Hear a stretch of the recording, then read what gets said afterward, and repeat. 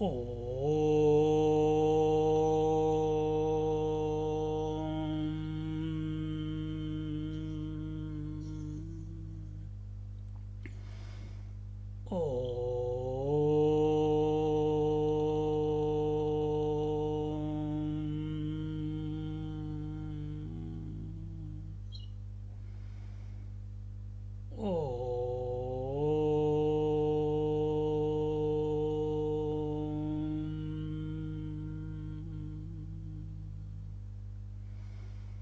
गुरुर्ब्रह्मा गुरुर्विष्णु गुरुर्देवो महेश्वरः गुरु साक्षात् परं ब्रह्म तस्मै श्री गुरवे नमः तस्मै श्री गुरवे नमः तस्मै श्री गुरवे नमः.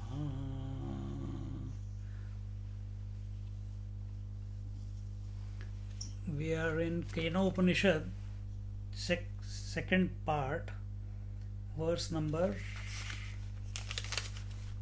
is the verse number? Verse number 2. नाहं मन्ये सुवेदेति नो न वेदेति वेद च यो नस्तद्वेद तद्वेद no na vedeti vedacha. Are we on this one? Yeah, we are on that one. So we are. Pardon me? Yes, Swamiji. Yes, Ah, Swamiji. ah, ah, ah. So, yeah, I got the mark here. So here,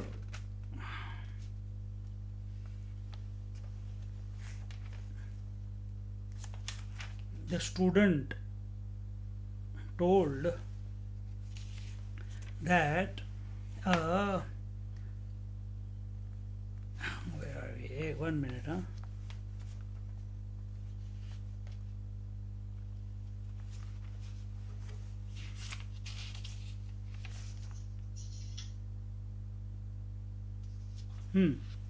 So the student told the teacher that that that that which is indicated by the qualities, that is the nature of the reality. Just when we say Satyam Jnanam Anandam Brahma, so these are the Nitya Shuddha Buddha Mukta. These are the qualities. So qualities are not separate from the reality. So he is, saying in this that it is being indicated by the nature, and therefore the Chaitanya. But see what the problem here that is taking place is, the student is thinking that consciousness is separate to matter. This is how we are also thinking most of the time, isn't it? Consciousness is separate to matter. When this is the premise, what is this? Where do you come across this thought that consciousness is other than matter? In Sankhya Yoga. What are Upanishads? Vedanta. So what is the difference between consciousness is separate to matter, but what is pure consciousness then? Is pure consciousness consciousness? Yes. Is it matter? Is it expressing as it is a matter also? But is that our experience? We say I am consciousness, laptop is inert. I am consciousness, table is inert. I am consciousness, what you call, the world is inert. And in that, a conscientious student, when he starts contemplating, he can come to conclusion that I am consciousness, body is inert. You see? But this is not, this conclusion will not lead to knowing the Brahman, being the Brahman, and knowing the Brahman. Knowing and being one. So this is a special dissection t- treatment that the teacher is giving to the student. Ah, because when the student said, I know it very well, this teacher is telling him, no, you don't know it. And student is thinking that he knows it, because sometimes you also say, yeah, it's all clear. Like we all say that. But what is clear? What is clear is only this much, that we have recognized without a doubt that consciousness is separate to the matter. We have not realized or recognized, or it has not revealed to us, that the pure consciousness that we are is supporting both the consciousness as well as matter, yet is independent of the both. That we have not come to realize yet, because of our obsession with matter as separate from us, as separate from consciousness. But that is how we began, isn't it? That the world is divided into consciousness and matter, inside and outside. So that type of thinking was propagated. But when you come to the Upanishad, we have to be ready for servicing. We have to our mind has to be serviced. That notion of division, of separation, of one against the other, that has to be dropped. Where is this I versus you, or consciousness versus matter, in versus out, and so on? Where is this? This is happening in the intellect, isn't it? And we have not learned how to go beyond intellect. We haven't learned that yet. We have to bring it about. And through this student's journey, as we are going through in so much detail in Shankar Bhashya, through this student's journey, if you are attentive, if you are alert, if you are, completely with faith, you are in a focused manner, without any, without allowing any confusion to erupt in the mind. Because the confusion student is confused, or he thinks he knows, but the teacher is testing whether he really knows. And how will the teacher come to know whether a student knows or doesn't know? By his answers.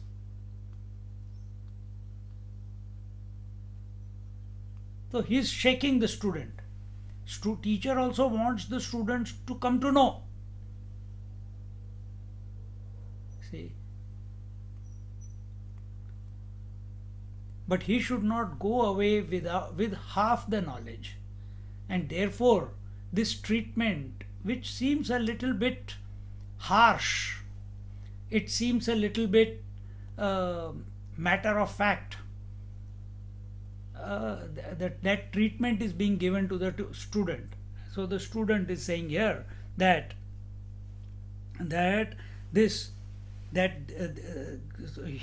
he says that अथ मन्यसे वेद एव इति कथम न मन्यसे सुवेदेति एकम वस्तु येन ज्ञायते तेनैव तदेव वस्तु न सुविज्ञायत इति विप्रतिपिद्धम.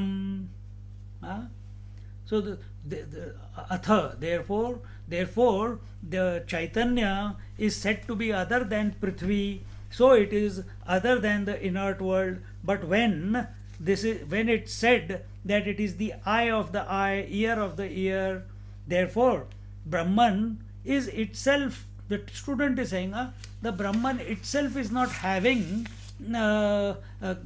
eyes, Brahman is not having ears. So why you are not accepting my conclusion that consciousness is separate to earth, just like consciousness is separate to Prithvi? Prithvi is inert, consciousness is vibrant, it's life. Inert objects do not have life. So, uh, and he says the scriptures here, संशय विषर्ययौ वर्जयित्वा न च न च ब्रह्म संशयितत्वेन ज्ञेयं विपरीतत्वेन वेति नियन्तुं शक्यं संशय विपर्ययौ हि सर्वत्रान् अर्थकरत्वे करत्वे न इव प्रसिद्धौ. So the student is saying that and the scriptures also indicate the Brahman very well, but you say it can't be known. The student is telling the teacher that you are telling that I don't know, when he said I know it very well. Where am I lacking? Where am I? But student is, see, where we come, can we have this dialogue by reading the book? You will not even, if you read the commentary, whether it is in English or Hindi, you will not understand it. Because it's sometimes he's saying something, sometimes he's saying something. Opposite angles are, the approach is taken from opposite angles. So students' problem is that why are you saying that the Brahman is not known? I come to know that I am not the body, that I am not that it is other than the inert. Where is the problem? So the teacher says here,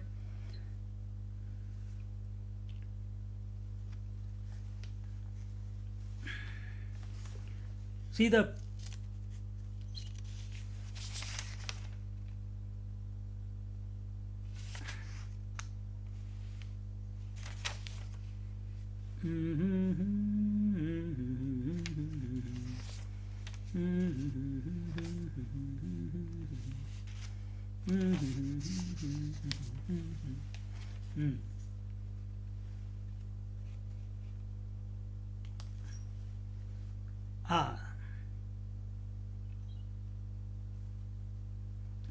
I was in the, you also didn't tell me, I was in the wrong verse.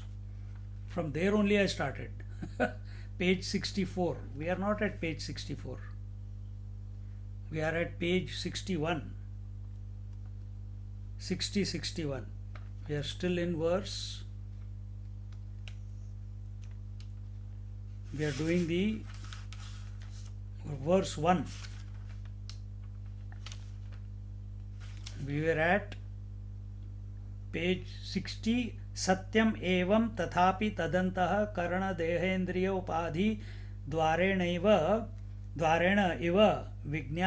विज्ञानादि शब्दैर्निर्दिश्यते तदनुकारित्वाद् देहादि वृद्धि संकोचछेदादिषु नाशेषु च न स्वतः. This is where we were.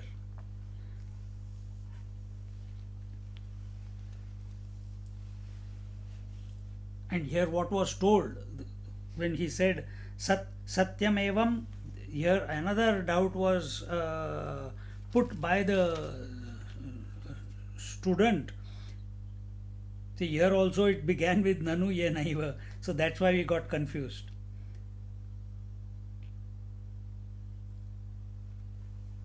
And the same point is being taken there also. And what is that? That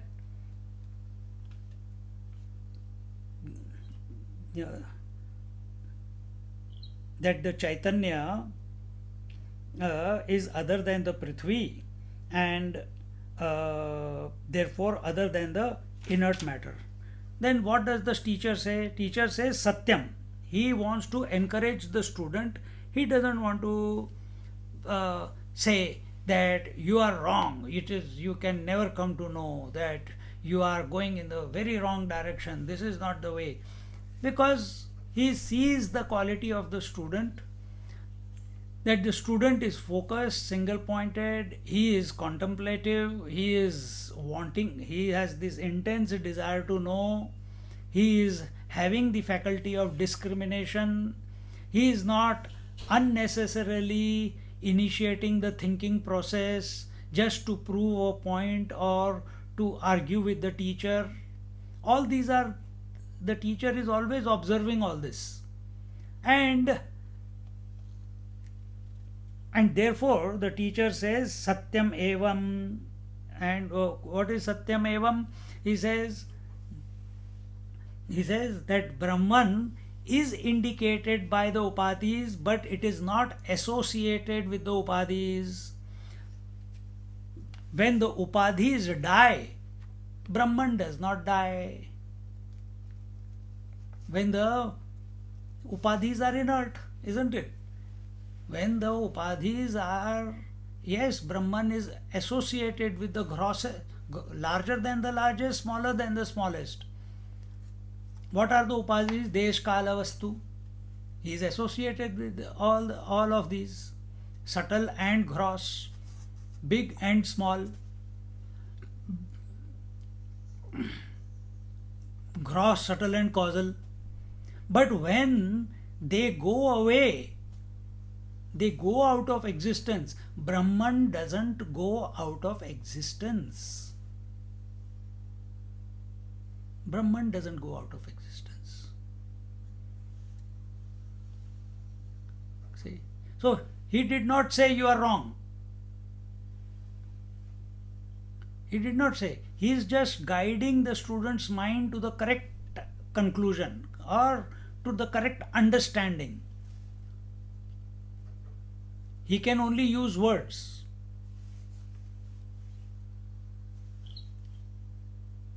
Now, when we say the conditionings are destroyed, matter is destroyed, the reality is not destroyed. What does that mean? Ornament is destroyed, gold is not destroyed. When the wave is destroyed, water is not destroyed. When the pot is destroyed, mud is not destroyed, because it was mud before, mud when the pot was there, and after the pot is gone, still the mud is.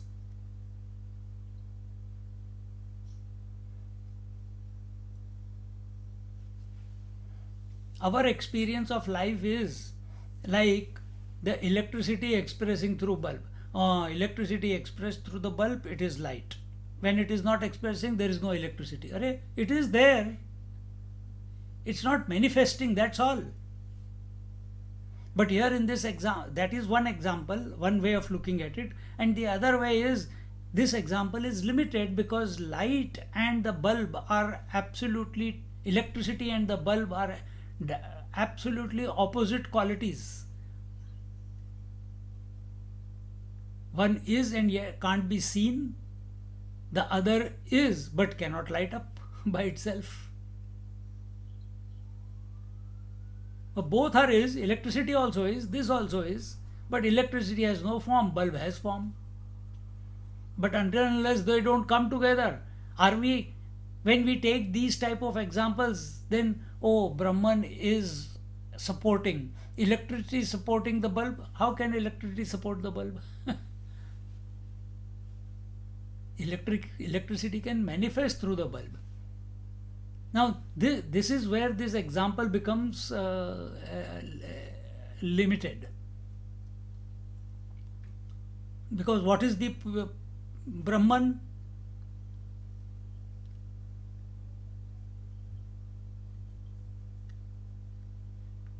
What is Brahman? It is all that there is. There is nothing outside it, including the Chaitanya and the Achaitanya Vastu, including the consciousness and that which is other than the consciousness. But from the Brahman's point of view, all that is expressing or not expressing is invalid. From water's point of view, all the waves and oceans which have come and gone, are coming and going, are invalid. It doesn't even give them even an iota of reality. So where are they? Where is the ocean and where is the wave? Where are the ornaments? They are only imagined, superimposed, projected on the substratum, isn't it? The wave is a projection on the water. You're touching, feeling, tasting wave, but you're calling it water. You're touching, feeling, tasting gold, but you're calling it ornament. You're touching, feeling, tasting mud, but you're calling it pot. Pot has not, the pot came into existence and pot will go out of existence. But what about mud? Did it come into existence? Is it going out of existence? So, which one are you taking yourself to be? Which one is this student taking himself to be? The one who came into existence or the one who goes out of existence? No, I'm the consciousness. Which consciousness? Consciousness with qualities? With upadhis or independent of upadhis? See?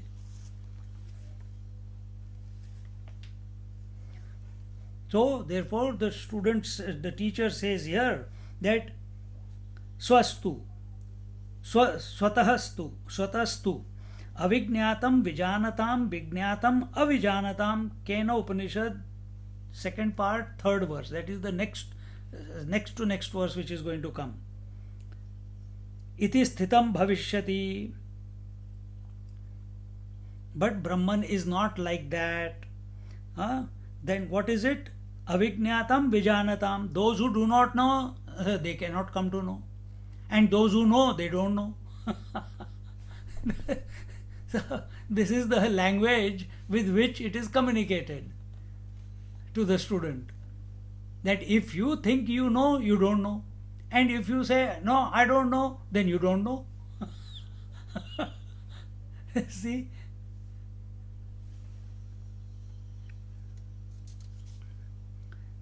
यदस्य ब्रह्मणो रूपम इति पूर्वेण संबंधः न केवलम अध्यात्म उपाधि परिच्छिन्नस्य अस्य ब्रह्मणो रूपम स्वमल्पम वेत्थ. So the student has understood yadasya brahmana rupam iti purvena sambandha. So talking about na kevalam adhyatma upadhi parichinnasya asya. So what is he saying? He is saying that Adi Shankaracharya is explaining the previous part, what we just said, that the one who knows doesn't know and the one who doesn't know doesn't know. So what is he saying? He is saying that the student has understood Brahman adhyatmatvena. As adhyatma we talk about, essence we talk about with reference to something. Like you will say, the rus of mango is wonderful. You can't say just the rus is wonderful. Rus of what? So when we say essence of what? Essence of the upadhis, because you consider yourself to be the body, breath, mind, intellect. So what is your essence? So this is where the Adi Shankaracharya ji is saying the student has understood it to be adhyatmatvena, meaning with reference to the conditionings, with reference to the upadhis, with reference to the limitations. Again, you can take limitations as deshakala vastu, where are more close, the limitations are body, breath, mind, intellect. So when he is searching, okay, I understand I am not the body, I understand I am not the breath, I understand I am not the mind, I am the onlooker of it, I am observing my thoughts. I came to know I am the consciousness. But how did you come to know that you are consciousness? Because you did the lay prakriya, you withdrew from the gross, you withdrew from the subtle, and you came to know, came to be established in, uh, came to know that you are the conscious principle. So in this way, uh, so the student, whenever he thinks about the essence, contemplates, understands the essence, he understands the essence only with reference to the upadhis. He is not able to. Now we'll see how it, what the student has to do and what the teacher will tell him to do before I spill the beans. Yad api, now where are we? यदपि दैवत उपाधि परिच्छिन्नस्य अस्य ब्रह्मणो रूपं देवेषु वेत्थ त्वं तदपि नूनं दहरमेव वेत्थ इति मन्येऽहम्. So he says here that what you have understood is in relation to the Adi Devik Upadhi. Adi Devik Upadhi means like the physical sun is there, that is Adi Bhautik sun. Who is illuminating the Adi Bhautik sun? The eye. Who is illuminating the eye? What is that power because of which such a fantastically hot sun is illumined by this teeny mini eye? What is that power? What is that potential? That is called the Adhyatmik Surya, Adhyatmik sun. That is the Devata sitting, not in the sun out there, but this, yes, there also, but in a gross manner, but sitting here. Can you see him? No.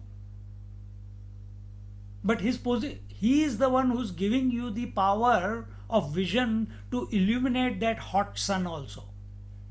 And so also with every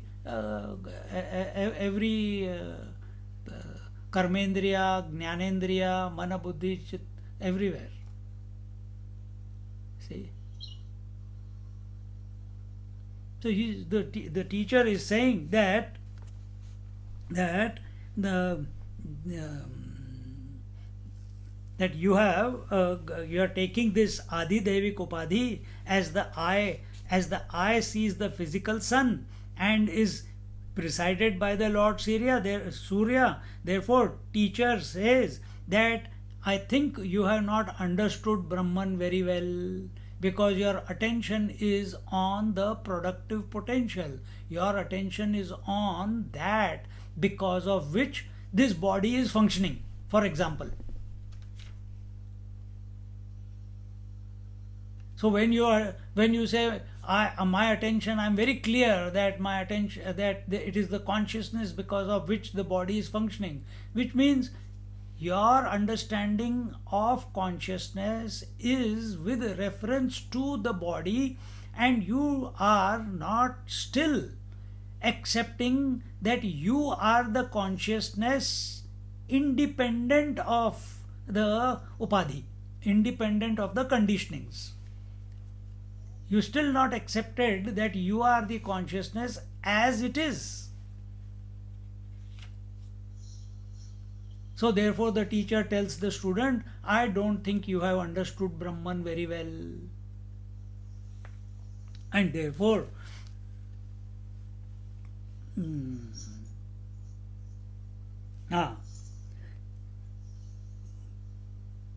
so you are not able to, then he says, yad adhyatmam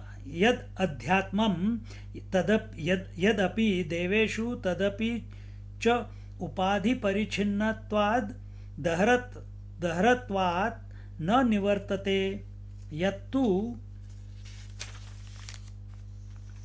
विध्वस्त सर्वोपाधि विशेषम शांतम अनंतम एकम अद्वैतम भूमाख्यम नित्यम ब्रह्म nat tat suvedya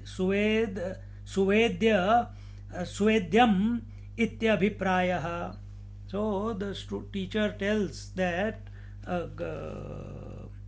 yad adhyatmam, meaning that you are unable to separate the Brahman from the upadhis, from the limitations, and this is alpam. Therefore, this is, we are not saying that it is that he is not supporting the small and the big. Dharam is alpam. So here he uses the word, says that that the the the the subtlety is not far away. The Brahman is pervading the gross, the Brahman is pervading the subtle, the Brahman is pervading the causal also, and therefore the word dharam is used.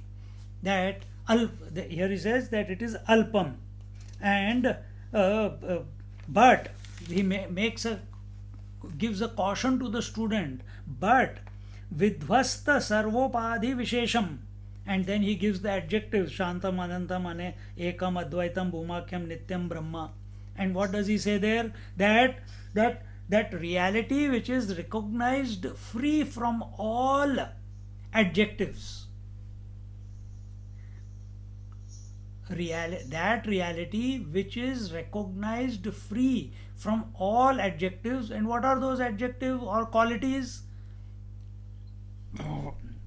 Excuse me. Such as the shantam and anantam, ekam, advaitam. See, shantam will be opposite of dukkham. Anantam, for every one of them there is an opposite. So why do we use these words for the reality? So that we don't get caught up in the opposite, just as Jnaneshwar Maharaj also says. So now the teacher is prodding the student, presenting in front of the students another set of data, that is, reality has to be recognized, which is independent of all these, and other than independent of all these. That is what we were trying to tell you. Continuing, yat evam athanu tasmat manye adya api मीमांस्यम विचार्यम एव ते तव ब्रह्म. So therefore, because of your conclusions, when you say that I know it very well, therefore with all these arguments that I have told you, the teacher is telling the student everything that I have told you, therefore I still think in my understanding that you still don't know the reality as it should be known. अभी कच्चा है. हाँ?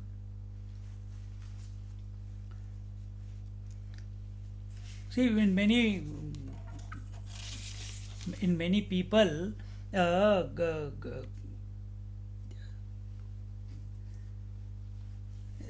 we can understand the concept of ignorance, and we can go beyond the concept of ignorance. But to go beyond the concept of wisdom, and what is wisdom? I am. To go beyond the I am conviction in the mind that I is,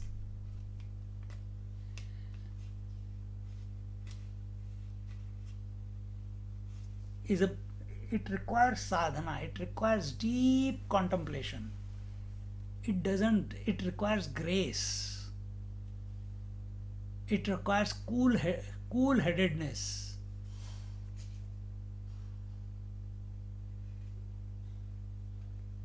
You have to catch yourself, who is other than the senses, other than the mind, other than the concepts, other than the knower also. Are you able to do that?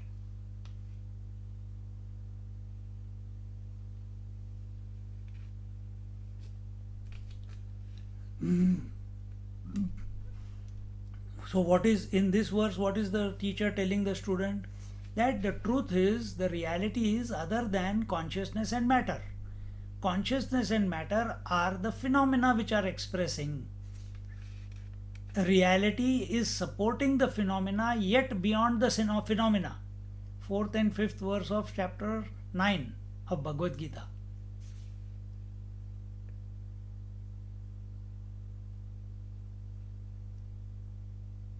Just as water alone is expressing as the wave, and water alone is expressing as the ocean.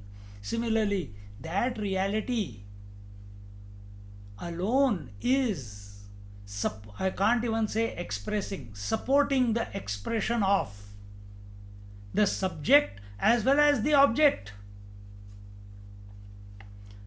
But what has the student come to in this conclusion? When he said, I know it very well, he came to know that he is the subject with reference to the object. But did he come to know the reality which is independent of subject and object, yet supporting the expression of subject and object? Did he come to know that?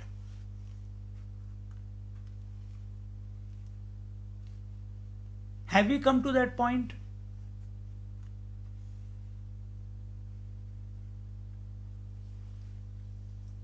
This is where the teacher is pushing the student that, hey man, you need to know the reality free of all limitations and conditionings. You have to know the reality free of all adjectives, free of all qualities. Yes, it supports gross, subtle, causal, but it is independent of all the three. From its point, nothing like this is there. Have you known it like that? Have you known it as it is?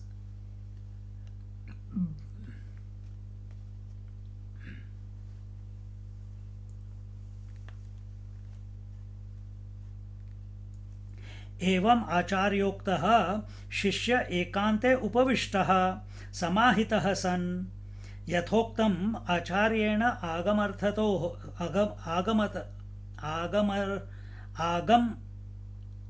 आगमम् अर्थतः विचार्य तर्कतश्च निर्धार्य स्वानुभावं कृत्वा आचार्य सकाशमुपगम्य उवाच मन्ये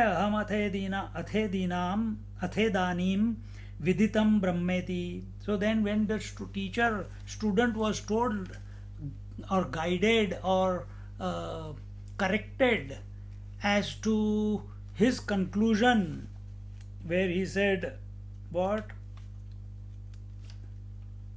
कहाँ गया यार, बार बार खो जाता है.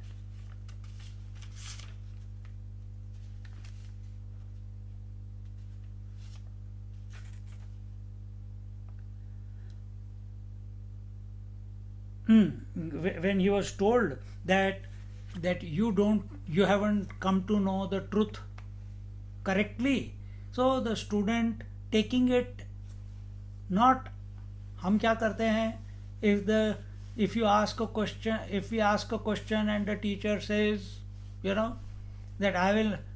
your question is wrong, and we take it as an affrontation. What this Guru Maharaj knows, what this Swami knows, what this Sannyasi knows, what this teacher knows, that my question is wrong. I've asked this question to so many Mahatmas. Therefore it is wrong. Because you asked it to so many Mahatmas. You are attached to your question. But this student is not like that. He has done his hard work before approaching the teacher in this Upanishad. The basics he has worked out. He is waiting for the final spark, which cannot come without grace, and it can only happen when you are in Shravan. When it can happen anywhere, grace is all everywhere. So when he is approached here now, he finds that when he said that he knows it very well, Teacher has not reprimanded him. Teacher has not put him down. Teacher has just said that I think your conclusion, you still don't know it. Is the student going to say, "Ah, as if you know too much, a lot?" It's not that also. Because that reverence and faith has to be there, that the teacher to whom I have approached, he has the capability to communicate and guide me in the right direction. We will see that in the next Upanishad when we take Kathopanishad, where Nachiket goes to the Lord of Death, and the Lord of Death says, "Hey, I don't know what is Brahman, what is reality, I don't know." He says, "No, no, no, I know you know." I know you know. And I'm not leaving till you tell me. But if, half cooked seekers like us, I'm talking about myself, not you people, only who gift of the gap keep talking. And if teacher comes in front of me, what do you don't know? I have been giving lectures for so many years. Not one, not two, 22 years. And you are telling me that I don't know. I'll show you.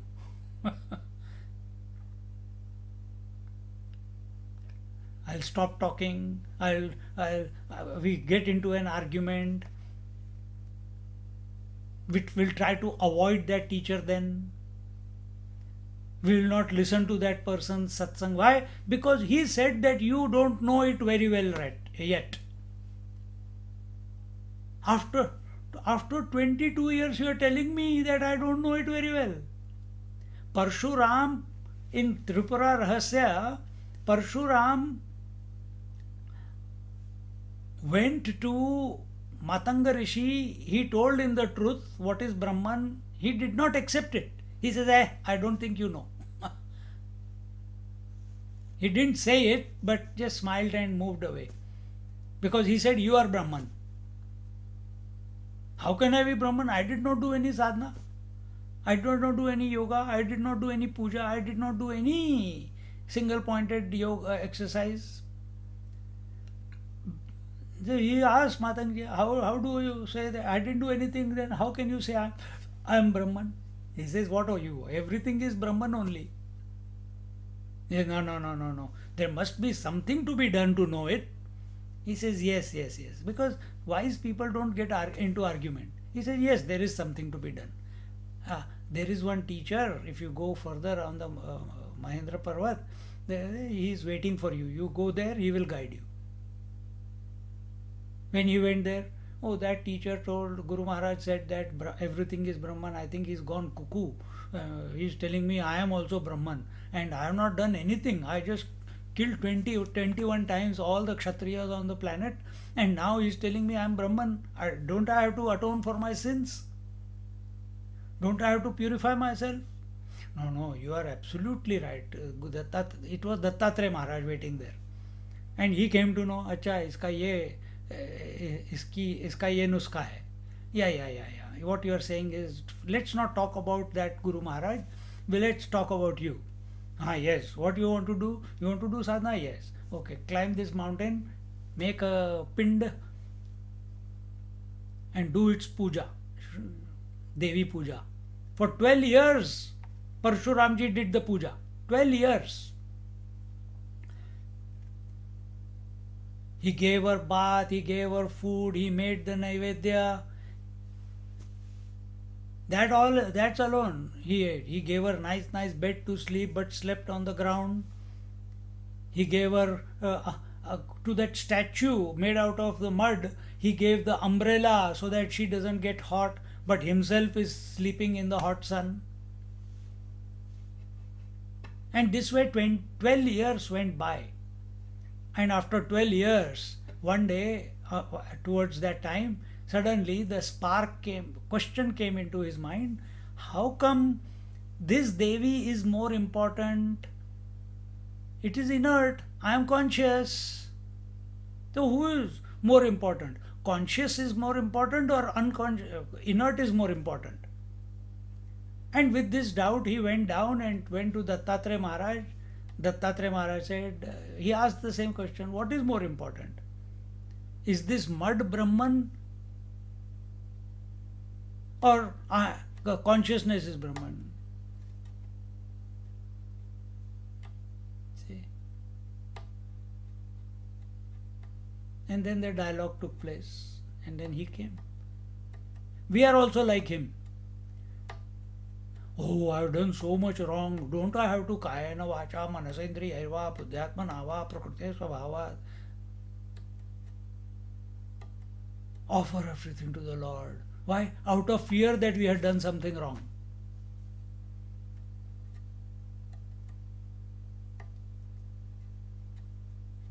Here there is no place for us to feel guilty. There is no place for us to atone for any sins. All that has already been worked out before the Upanishad began by the student.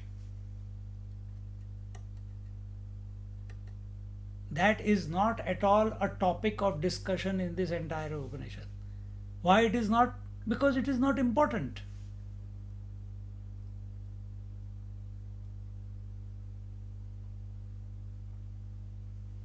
So when prompted and answered by the teacher in this manner, that oh my dear, that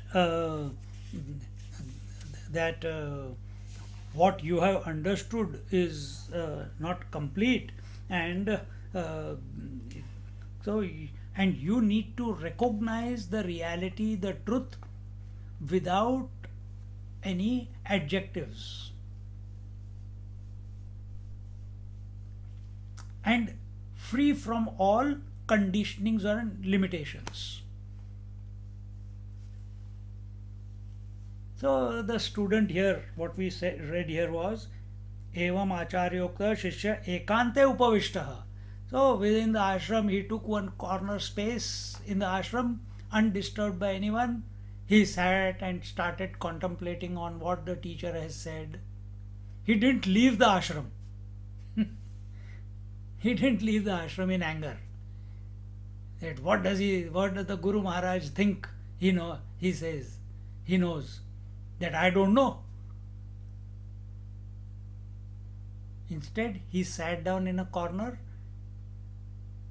and ruminated over the words of his Guru Maharaj and contemplated. And then what happened?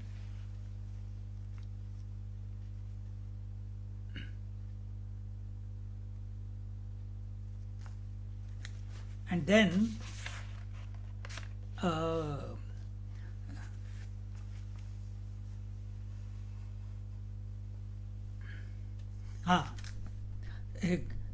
and then the teacher, when the teacher told this, that that the truth is other than Shantam, Anantam, Ekam, Advaitam, Bhumakyam, he is pushing the student into an unknown area which his mind is not going to be able to have an experience of.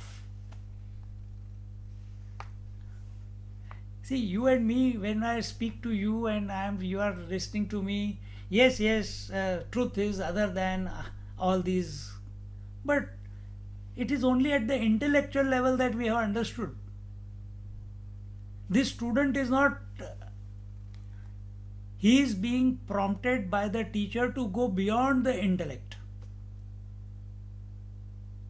Where are these ideas of Shantam, Ekam, Advaitam, etc.? They are concepts of the mind. Your intellect has given the name to that knowable, unknowable reality.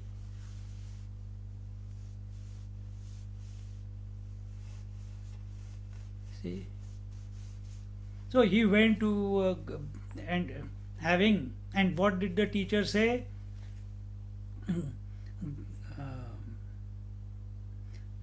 When the teacher told him that you go and sit, you contemplate on it a little bit more, and see what happens, and what is this quality of contemplation? This because I am so close, I am at the threshold. Oh my God, I know it very well. I think I'll take out the very well part of it and then I know it. Now the teacher has said that it is other than the conditioning. Yes, I got it, and immediately now quickly I want to contemplate and close my eyes and come to know. No, no, no, no hurry, no worry, no urgency. Having all this is unwritten in this bhashya, but we have to understand this. That with a cool mind, without any urgency, remaining in poise, and it goes without saying that his senses and mind are under control.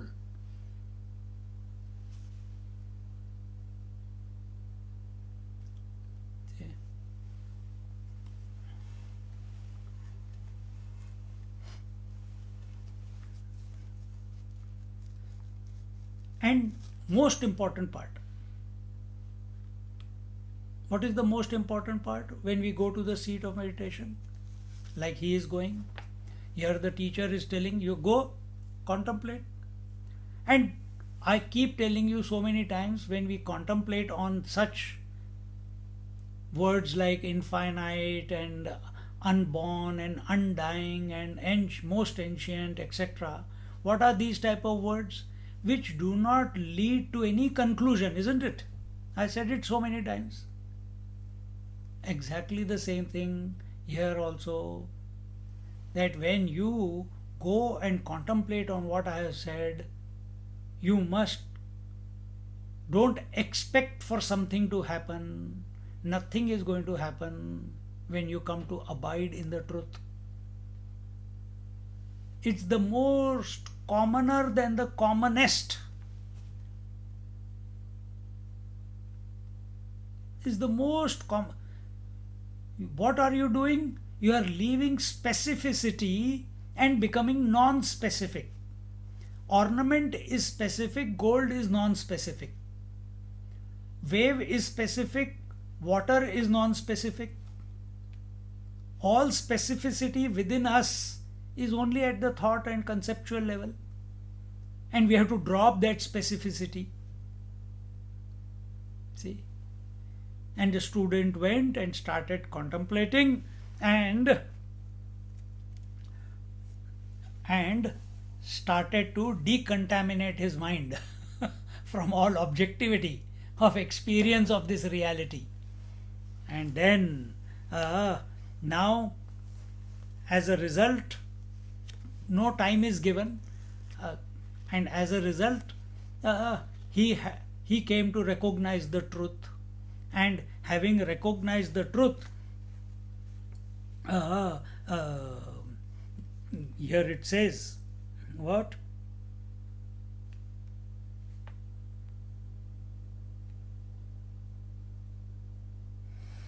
He says that Swanubhavam krutva acharya sakasham upagamya uvacha. Then the way the teacher had told, with logic, with contemplation, and having come to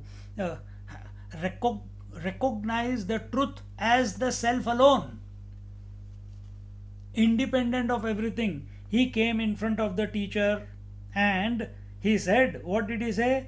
Manye aham athetad, what is that? Manye aham athedanim viditam brahmeti. I believe now I have come to know. I have either you say I have come to know or I have come to understand the Brahman. I have come to understand the Brahman. See the language. Now, this is the language in which anyone will communicate. Like once I was going with few ladies in the car. We are going for a bhiksha, and one lady asked from the back seat, Swamiji, do you know the truth? Now, what can you answer? At that time, I was sitting in the front or I was driving, I don't know. I said, yes and no. What do you mean? Either it is yes or it is no. I said, that is your conclusion, not my conclusion. So, what I understand, she doesn't understand. See? So, here, when the student says that I think I have understood or come to recognize, I have recognized the Brahman, and how have I recognized that? I have recognized as aparoksha. Aparoksha, uh, directly.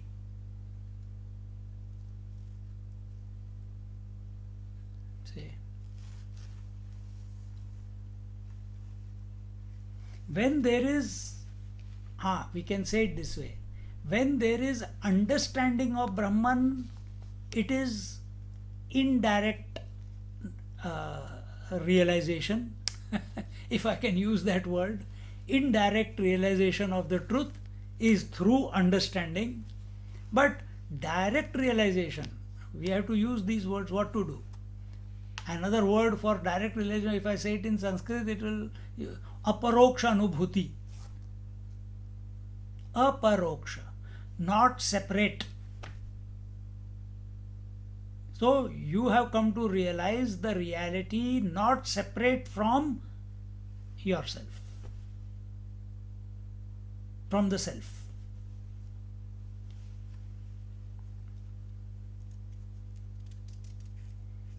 So this time he doesn't say that I have understood it very well, because when he said it, he got such a long lecture. We need it. So now he says, I think I have come, I have recognized the truth, that I have understood Brahman, because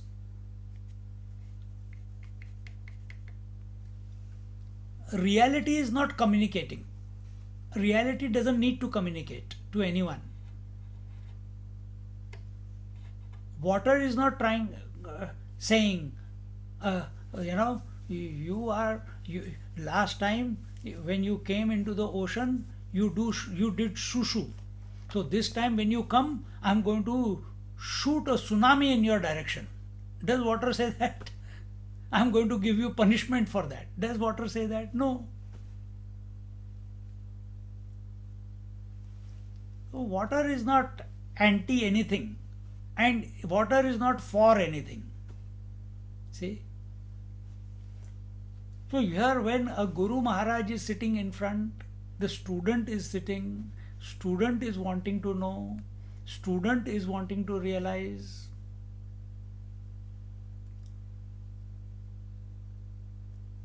If you want to see yourself,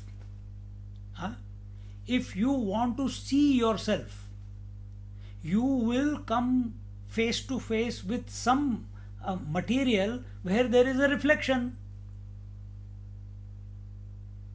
Whether it is a mirror or it is a shop window, जाते जाते फटाफट एक थोड़ा सा style मार के निकल गए, या दाढ़ी देख ली कैसी है, अरे यार, हाँ, suddenly I am seeing my self here, बार बार हाथ इधर चला जाता है. So you need a medium in which you are able to reflect yourself and see yourself. If Guru Maharaj is abiding in the truth, not if, Guru Maharaj is abiding in the truth.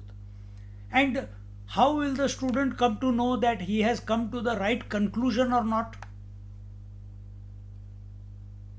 Only by sounding it again in the reflecting medium called the Guru Maharaj. He is the mirror for him. Just like I see into this mirror, laptop, अगर कोई बाल निकल रहा है तो बाल fix कर दिया, चश्मा नीचे गिर रहा है तो ऊपर कर दिया. So we correct ourselves. You look into the mirror, but you fix yourself, the original one. You don't fix the reflection. Similarly, Guru Maharaj is the mirror in front of whom now the teacher student, after having contemplated, is coming and telling that I have come to understand the truth. Because when you are speaking, you cannot say I am not speaking, you are speaking.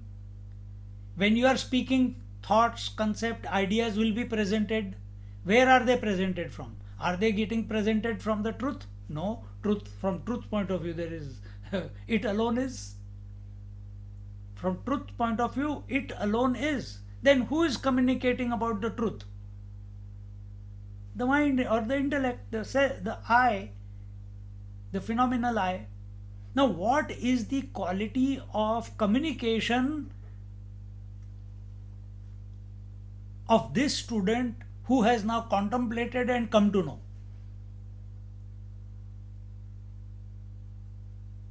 Because he can only sound it to his teacher, and teacher will confirm yes or no, just like Vishwamitra, having done so many thousands of years of sadhana.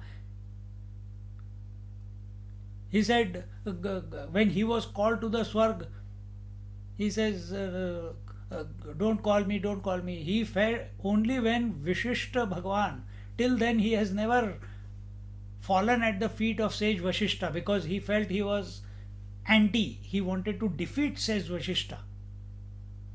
First he wanted to get the Kamdhenu cow. Then he wanted to get the powers that the danda of the sage Vashishta had, Brahma danda. So he went and got so much powers.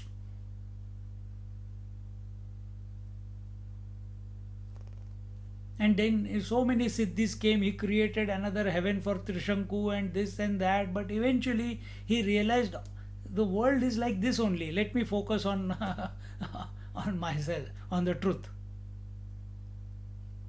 And only when the animosity, the competition or comparison with sage Vashishta dropped from his mind. And when did it? Every encounter with sage Vashishta, if anyone even takes the name of sage Vashishta, he used to be on fire.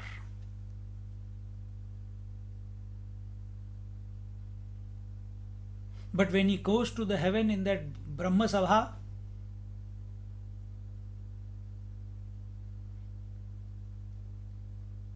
without anyone's pushing, without anyone's cajoling, he touches the feet of sage Vashishta. And when, naturally, if someone is, you go and lift that person, and sage Vashishta lifted him and straight away declared, from today he is Brahma Rishi Vishwamitra. What was required?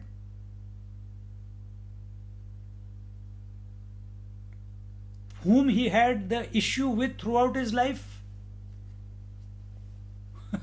Only with one, sage Vashishta.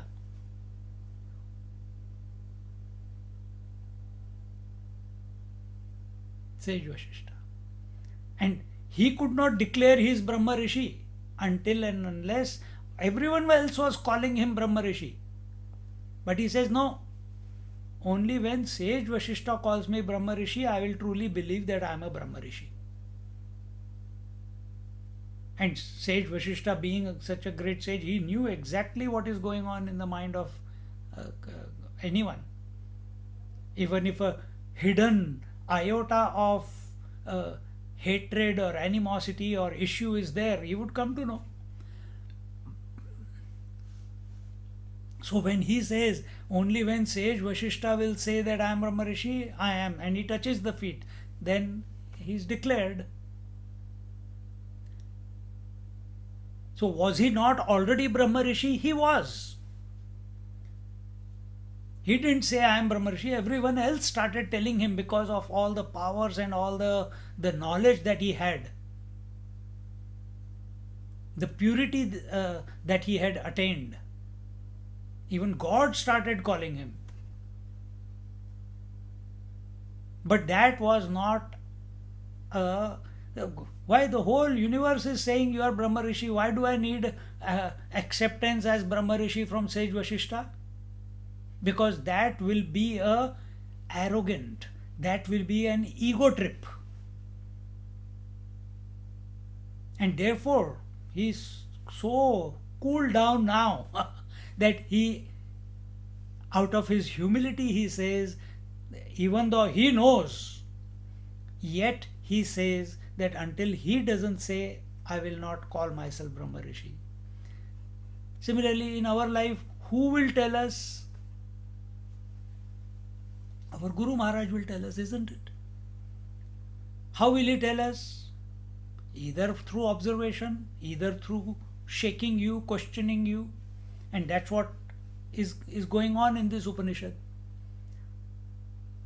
So now, now see, so when he says and says, I have understood Brahman, and before he could say that he has understood very well, and he did not say, the teacher says, tell me, how have you come to know? How have you understood? Kathamiti shrunu, let me listen to what you have understood. We are entering the second verse now.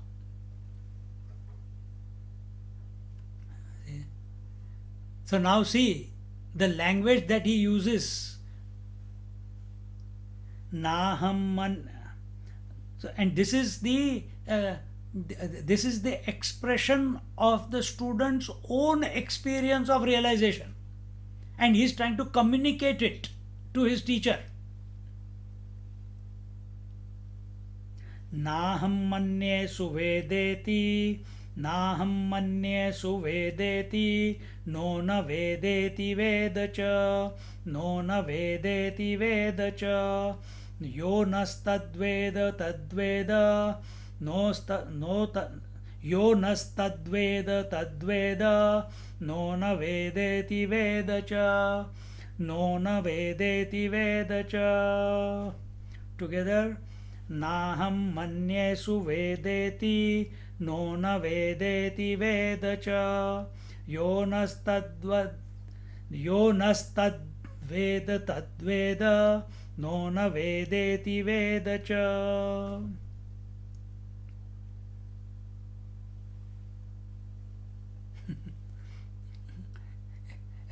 All the statements are contradictory to each other.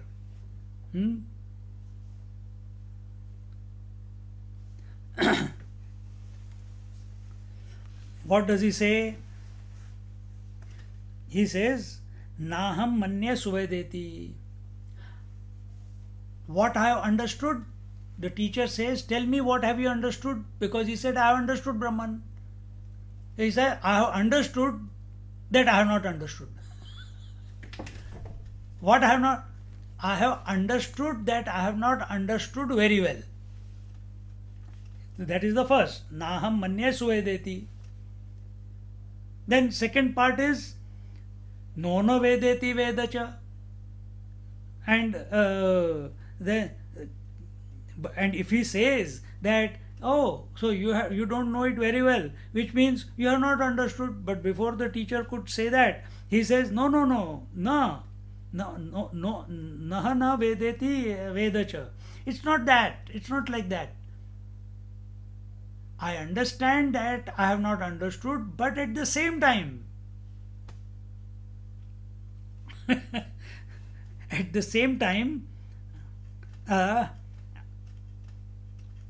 it doesn't mean, because it's written in the passive, it doesn't mean that I have not understood.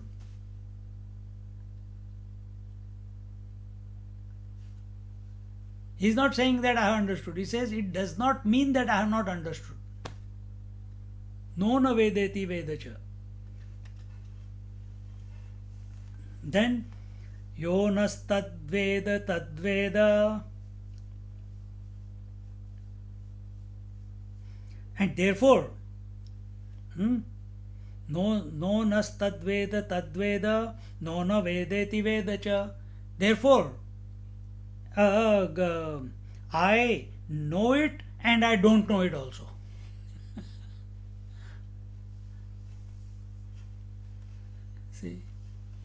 See the Avi, this is like uh, for an unprepared mind, it is mental gymnastics. It is playing with words for an unprepared mind.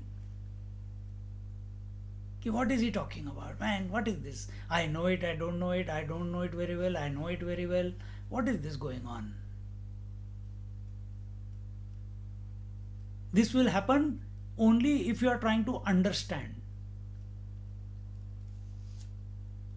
Understanding is always objective in nature.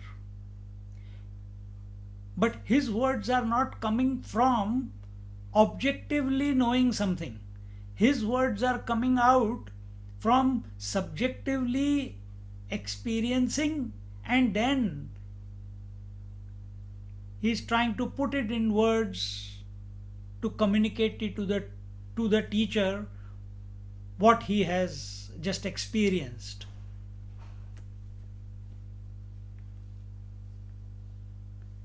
Sometimes when you taste some ice cream or some spice, you say, yeah, I know it, but it's still not coming. It's just on my tongue, but it's there. You know it. You have tasted it before. You know the flavor, but you don't know the name of the flavor. But you know that you know it. It's like that.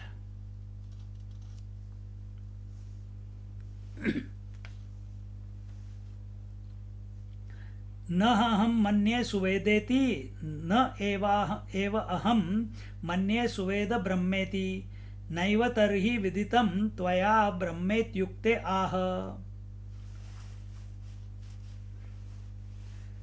I know it very well. I don't want. न एवाहम मन्ये सुवेदेति ब्रह्मेति.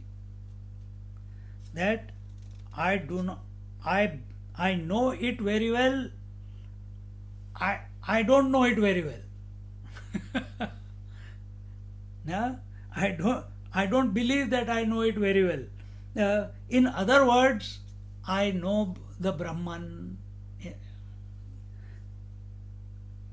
न एव तर्हि विदितं त्वया ब्रह्मेत्युक्ते आह.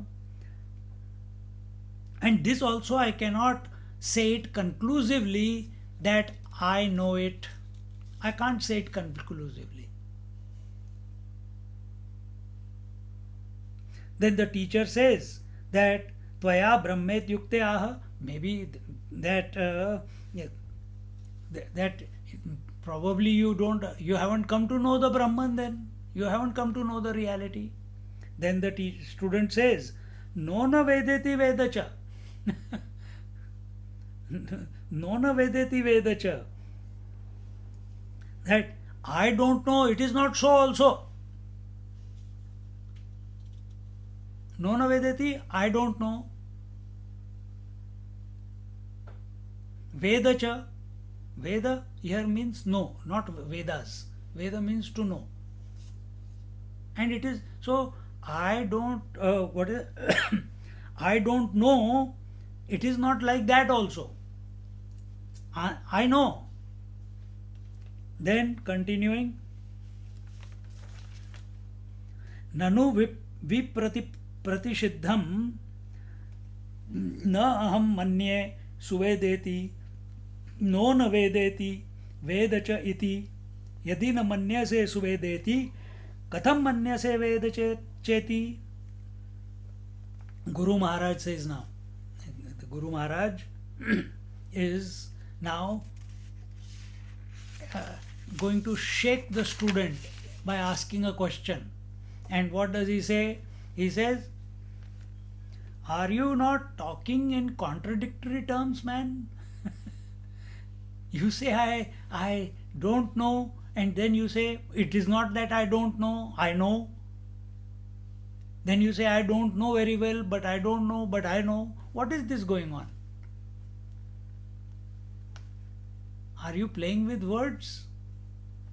He doesn't, here it is not written, are you playing with words? He says, you are speaking in such a language, nanu vipratishiddham na aham manye suvedeti. I know Brahman very well. I I do not come to this.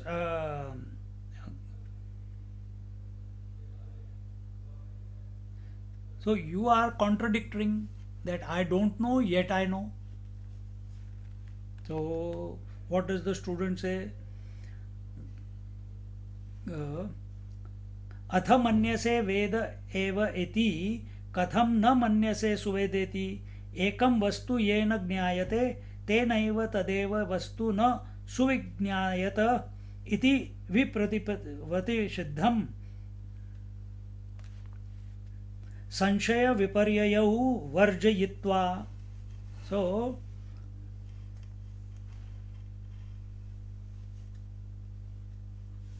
if you say that you don't understand or know the truth very well, then how can you come to the conclusion that I know it? Teacher is telling the student, because he is the mirror, no? He has to see how deep is it.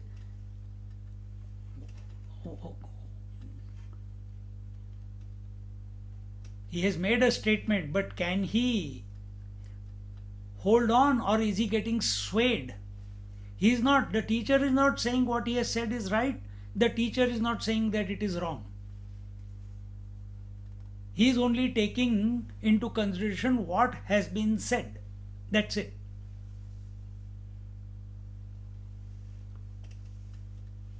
And grilling him. So these two are opposite, absolutely opposite to each other.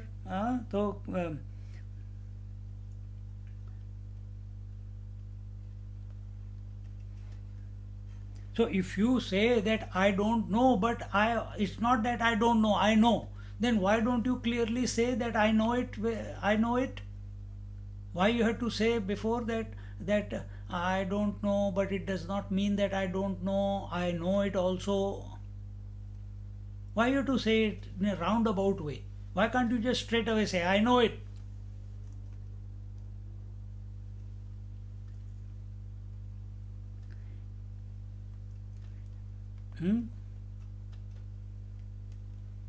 That I know it very well.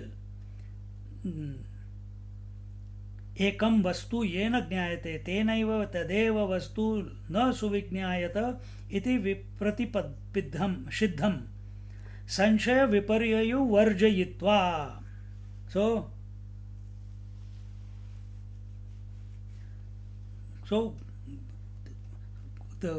we have to leave the doubts aside. When you are giving contradictory statements, is it an expression of doubt? See, I am a woman. Is it a doubt? If you say I am a woman, or some man says I am a man, is there any doubt in it? No.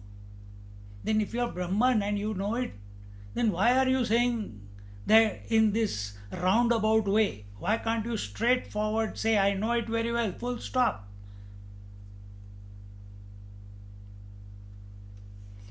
Every Upanishad will come to this conclusion in different ways, so that student or the seeker doesn't come to a particular conclusion that this is the way he has to approach. In Chandogya Upanishad, the student, when the teacher says you don't know it very well, contemplate more. When the student contemplates, when he comes to know, he does not come back to he walks away. Yajnavalkya walks away. He doesn't come back to confirm it from the teacher. What is there to confirm with anyone? Here the student is confirming.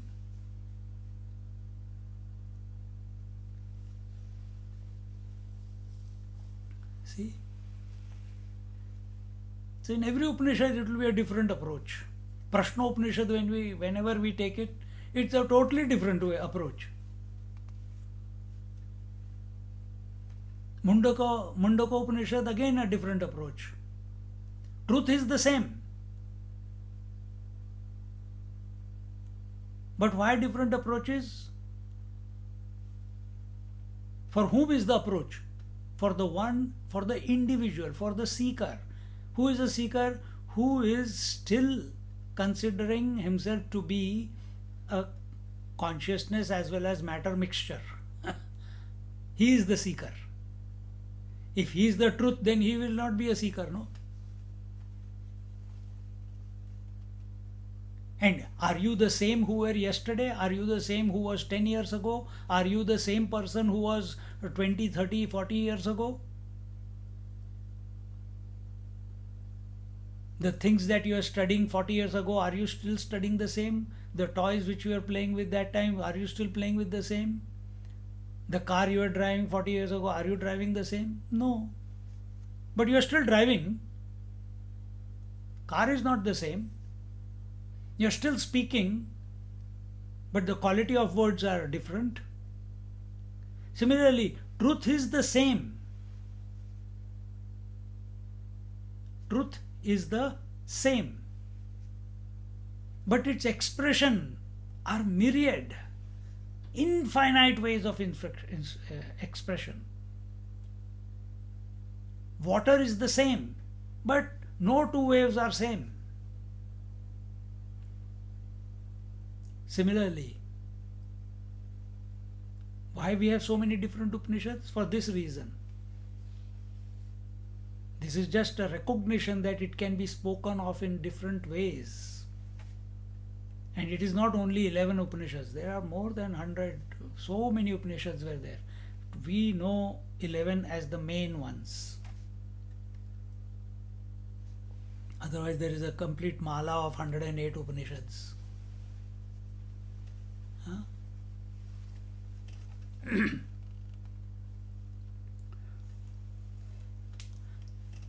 So here the teacher says, if a person knows something, he knows it, he has understood it, and if he does not know, then he has doubts about what he does not know. Is that the case with you? And if there is doubt, there is misunderstanding, and then he has not understood the subject matter completely. So the student says,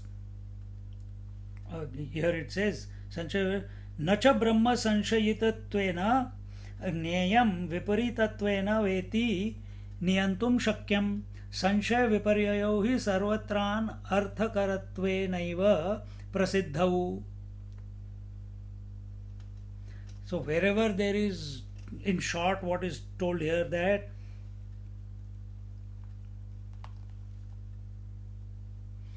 there is no rule that you have to present the topic of the truth in contradictions, and if there is a doubt in your mind, then wherever there is a doubt, truth cannot be known.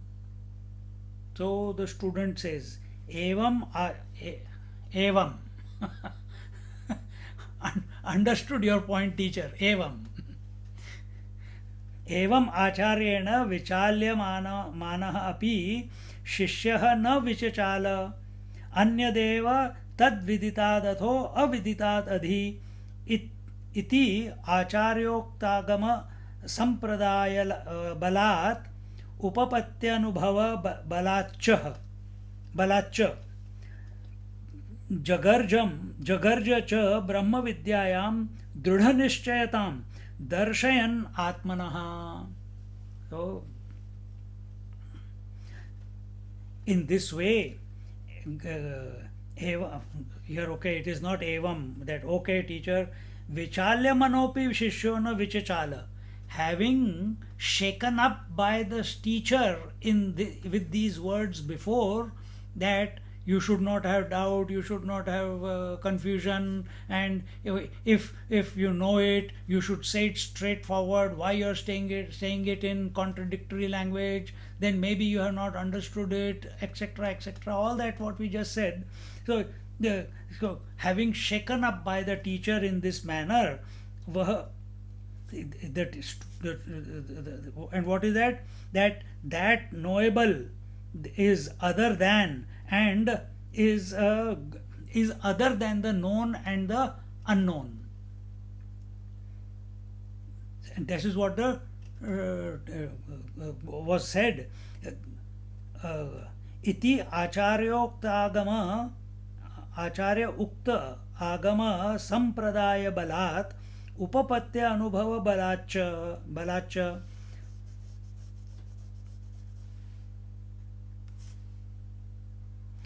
even having heard the words of the teacher, by no ways derogatory, but words which would, for an unmatured student who hasn't had the direct experience, if he heard these words, he would shake. He would have self doubt that what I said, was it correct? But this student, he did not get shaken up even an iota. He maintained his poise even when spoken like this by the teacher. Teacher's purpose is only one: to know whether the student has really come to know.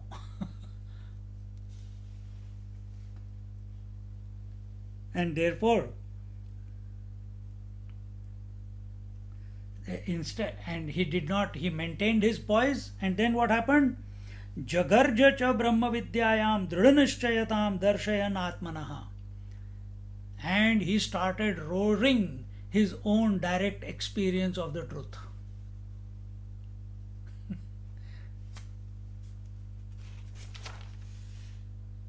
We'll look at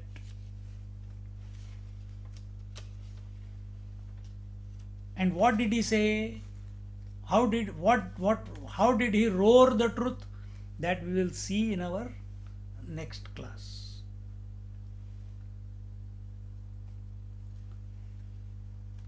है ना, interesting है ना? मजा आ जाता है कैसे.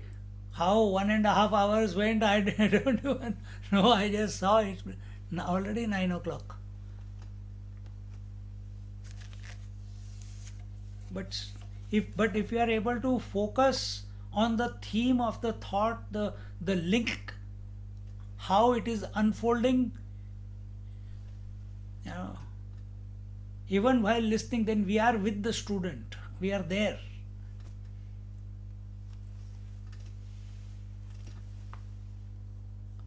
Om Purnamada Purnamidam Purnat Purnamudachyate Purnasya Purnamadaya Purnamevavashishyate.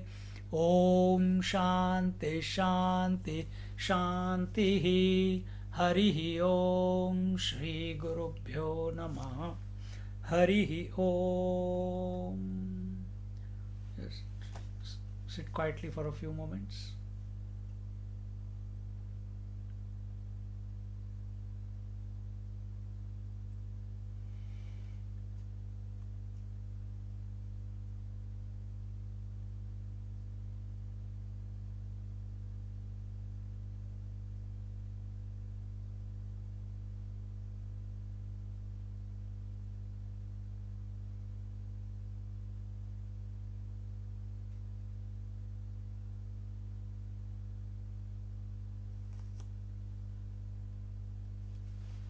Hari Om.